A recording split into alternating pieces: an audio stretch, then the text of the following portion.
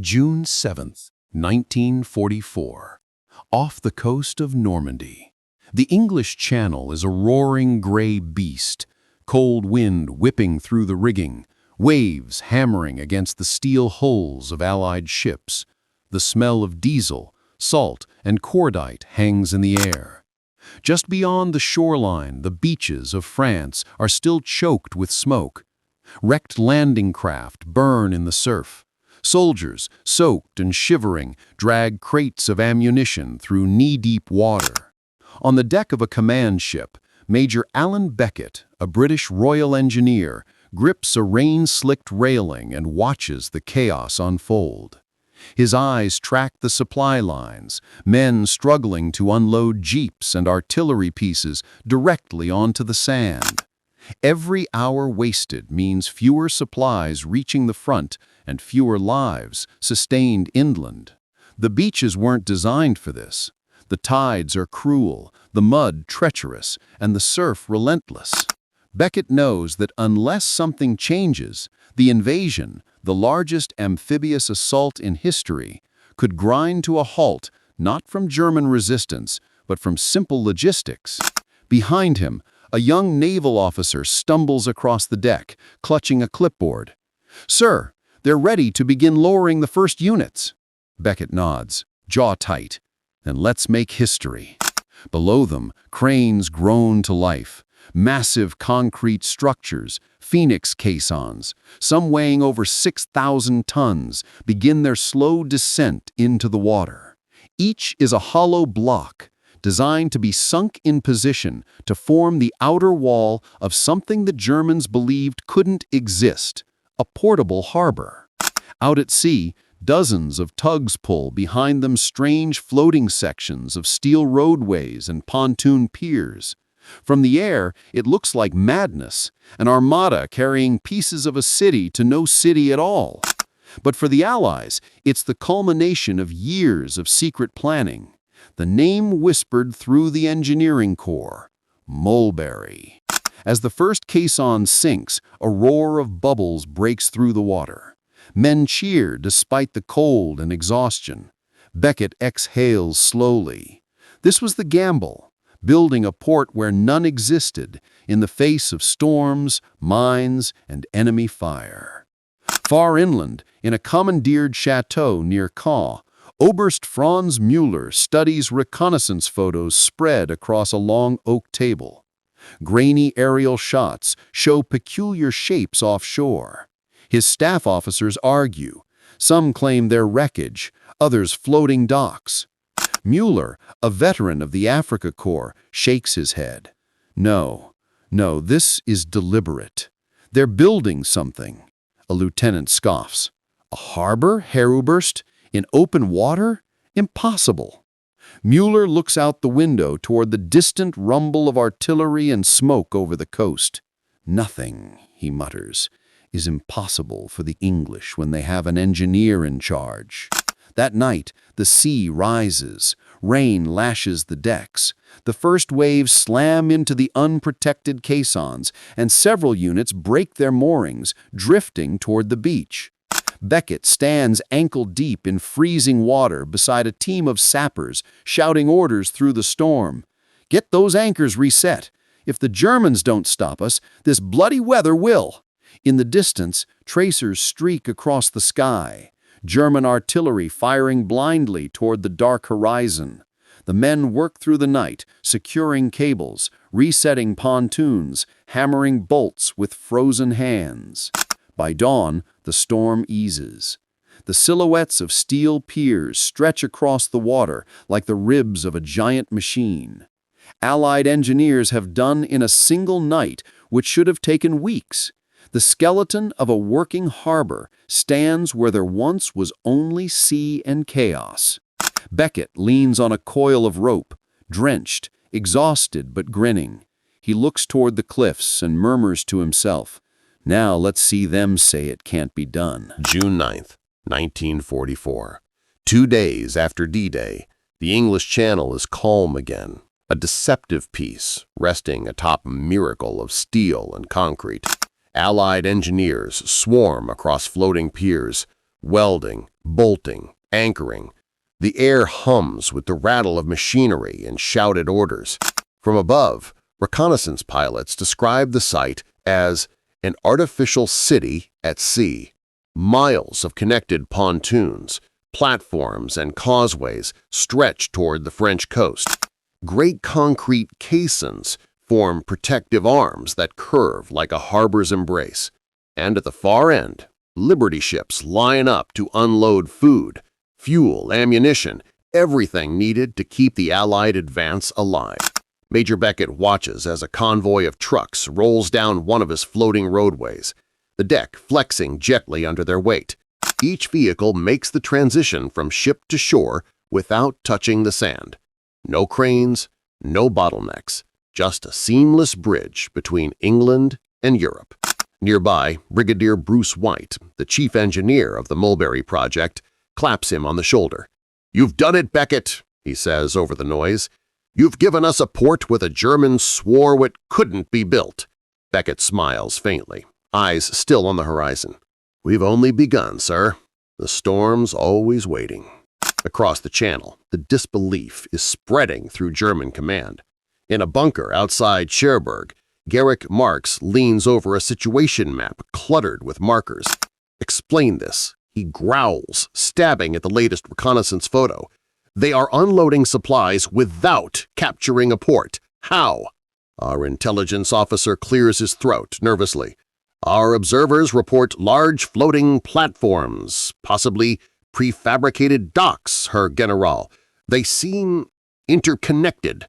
Mark's expression hardens. "They are building their own harbor." Another officer laughs sharply. "That's absurd. You can't anchor something like that in open surf. The sea would destroy it." Marx slams a fist on the table. "Tell that to the men dying because we underestimated them." He turns to his adjutant. "Send word to the batteries at Longnes-sur-Mer. Increase fire on the coast. I want that harbor gone by nightfall." By midday, the first shells begin to fall. Explosions erupt among the anchored ships, sending columns of water and smoke skyward. Engineers dive for cover as fragments rain down. A near hit tears through one of the floating piers, scattering debris and men into the waves. Beckett scrambles from cover, shouting for the repair teams. "Get that section patched before the tide shifts. We lose one link, we lose the flow." They work under fire, welding fresh steel as shells whistle overhead. Miraculously, the flexible design absorbs the shock, each section moving independently, bending instead of breaking. It's the secret that makes Mulberry possible. Modular strength. By evening, the tide turns and the shelling fades. The harbor still stands. Supplies continue to flow ashore, thousands of tons every day. Trucks, tanks, fuel drums, even locomotives roll directly from ships onto the continent. On a nearby transport, American soldiers line the rails, watching the scene in awe. One of them whistles. "Never thought I'd see a harbor built out of thin air." Another replies, shaking his head. "If this doesn't break Hitler's back, nothing will." Night falls over Normandy.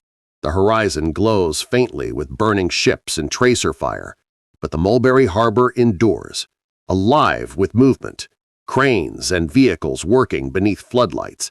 From a distance, it looks almost like a city that has risen overnight from the sea, and somewhere inland, Oberst Mueller studies fresh reconnaissance photos and finally understands.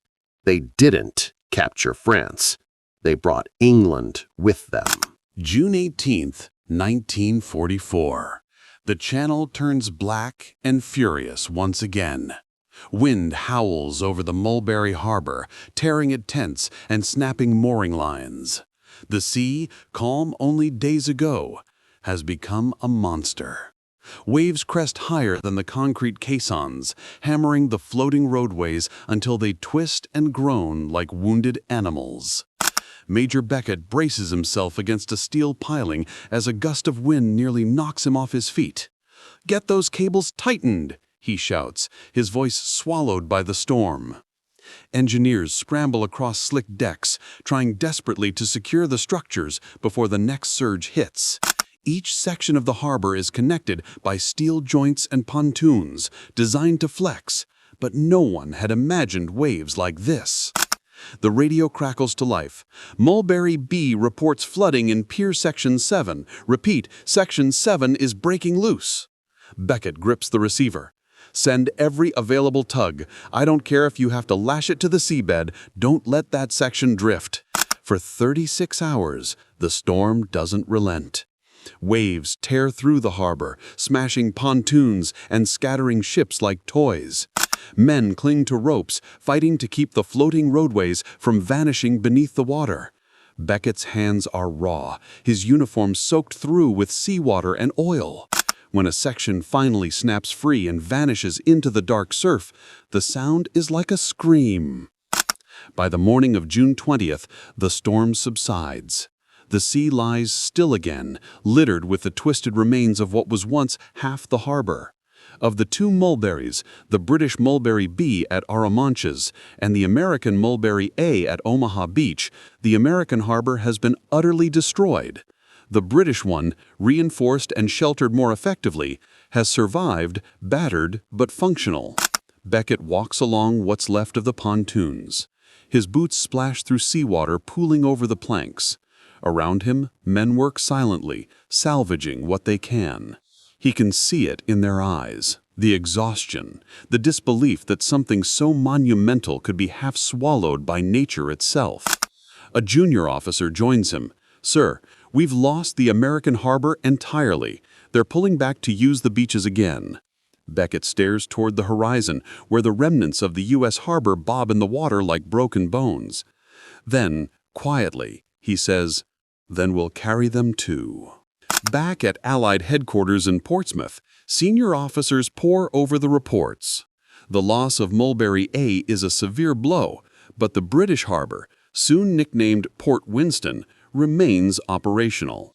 Against all odds, it continues to offload thousands of tons of supplies per day.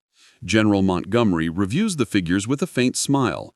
"One harbor down, one standing," he says. "It'll be enough. Once the front expands, we'll have real ports soon.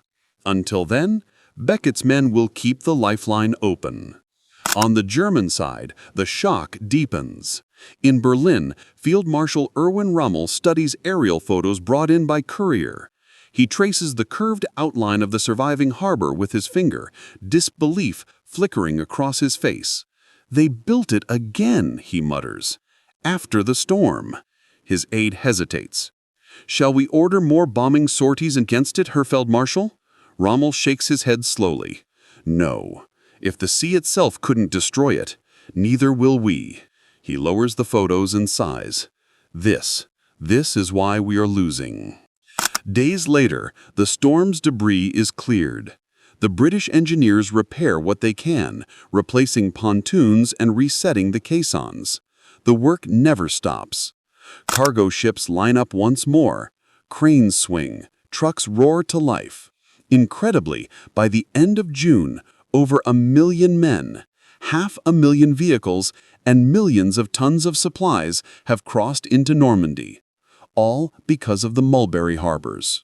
Beckett stands on the command platform, watching the operation unfold as the sun dips below the horizon. The sea glitters gold around the floating structures, still scarred, but alive. An American officer beside him grins. "You Brits are mad, you know that?" Beckett chuckles softly. "Mad maybe, but sometimes madness builds miracles." July 1944. The beaches of Normandy no longer resembled the desperate battleground they were in the days after D-Day. Instead, they thrum with the rhythm of industry, engines roaring, cranes groaning, and the steady thunder of boots and wheels.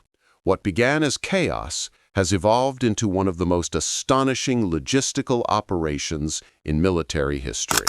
The Mulberry B harbor at Arromanches, rebuilt and reinforced, now stretches proudly across the water.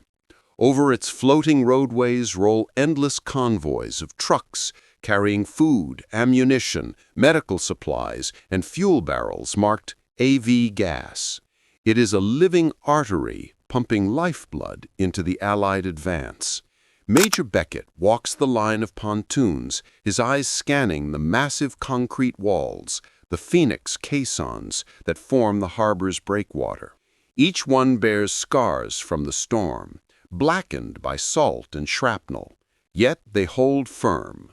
Seagulls circle overhead. Somewhere inland, the rumble of distant artillery reminds everyone that the war is still far from over. Nearby, a group of engineers repairs a damaged pontoon. One of them looks up as Beckett passes and calls out, "Sir, the figures came in this morning. Over 1,000,000 tons unloaded." Beckett stops, momentarily stunned. A slow grin spreads across his face. 1,000,000 tons? Out of the sea itself? Not bad for something they called impossible. He looks back toward the channel. Liberty ships and coasters queue patiently beyond the breakwater, waiting their turn to unload. On the horizon, the faint smudge of smoke marks the next wave of convoys arriving from Britain.